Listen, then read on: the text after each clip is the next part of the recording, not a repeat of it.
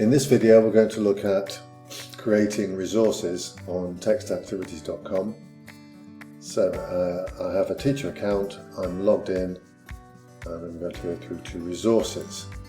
Now by default the resource listing is showing me my own resources that I've created, and I haven't created any resources with this user account yet.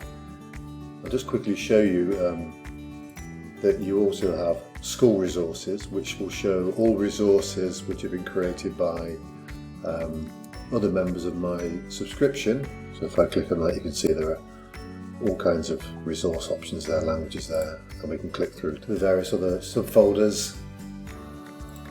And we also have community resources, which allows you to see all of the resources that have been created by all the other teachers on the website, as long as they've made them public.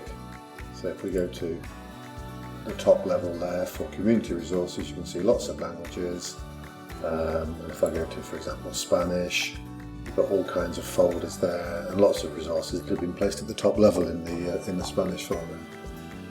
Anyway, what we're going to do is look at creating a new resource. So we're going to click on Create New Resource. If you've already been editing a resource, or you've created a resource previously, you may need to click on this New Resource button here, which will empty the content from this page to make sure that you're starting fresh. So we'll do that anyway, just to show you what that looks like. Okay, now the various components that make up a resource. First of all, we need to tell it what the target language is. So we'll start by giving the target language Spanish and English UK as the mother tongue. A viable text activities resource needs to have either a text of up to 500 words, matching items, or both. And it can also include various other options such as a parallel text, a video link, audio, image, etc. But we focus on three main components which I think give you everything that you need for a resource. Now, I've got the text for my resource from ChatGPT. So what I did was I uploaded an image of a sentence builder from my other website, SentenceBuilders.com, and I accompanied it with this prompt: write me a short text in Spanish, approximately 100 words, using the language contained in the attached sentence builder. Then write me an English translation of the text, which it did for me, Spanish text, English text. And then I said, now write me a list of the key chunks from each text, side by side, separated by double equals. Place each pair on a separate line without numbering and without any additional line breaks between items. And that's what it's done for me. Now with those three components, the Spanish text, the English translation, and my vocab items, I can create a fully functional text activity resource. So I'll quickly copy and paste those texts into text activities. So as I said before, you don't have to include text and matching, and you don't have to include a translation. A viable resource needs to contain at least a text or matching items.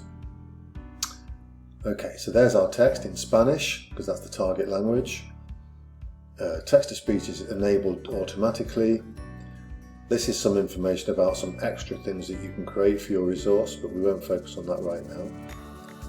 Then I want my matching items. I'm going to copy and paste my matching items.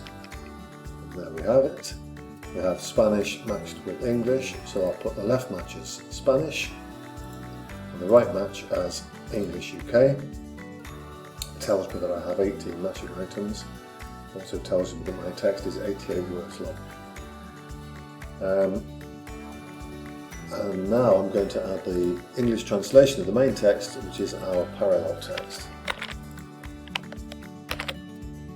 Okay, so they're the three components of our resource. The Spanish text, which is the focus of all the text activities. The matching items, which will be used for all of the matching activities. And the parallel text, which will be used as support for the text rebuild activities by providing students with information about what the text is supposed to contain. And that essentially is it. And from this stage now I can click on preview, And there we have a preview of my resource with its parallel English text, the Spanish text with text-to-speech enabled. I just realised that a couple of things have been left out of the vocab items, so I'm going to go back and add them in. Click back on the other tab. Sin embargo, however, and así que is so. Just as a tip for you, it says so in the instructions for this for the matching items.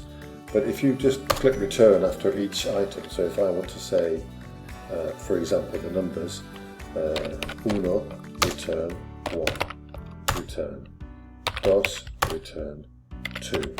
It inserts the double equals for you automatically. Okay. So now I'll go back to our preview, refresh that page, and there we can see our 20 matching items. Así que, sin embargo, no me gustan las matemáticas. I see now that I've left it as I don't like math, which is the American version, so I'll go back and change that. And then add them as a separate item.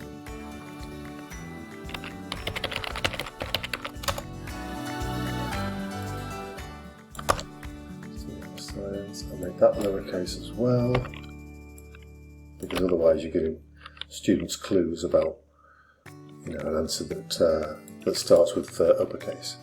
Tengo, I have. Okay, that's all ready to go. Now all I need to do is add some more information about the resource. So this is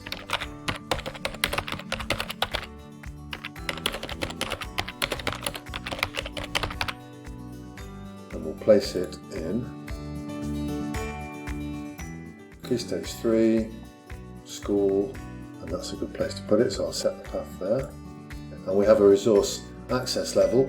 Public means it can be accessed by all teachers. Unlisted means it can be accessed by my students and other teachers on my subscription. And private means that only I can access it. But even if a resource is only accessible by you, it's a private resource, you can still use it as the basis for assignments and competitions. I'm going to make this public, and then I'll click on upload, and there we have it. Now we've been told that our resource is uploaded, it has a resource ID, and now we can open the actual full resource.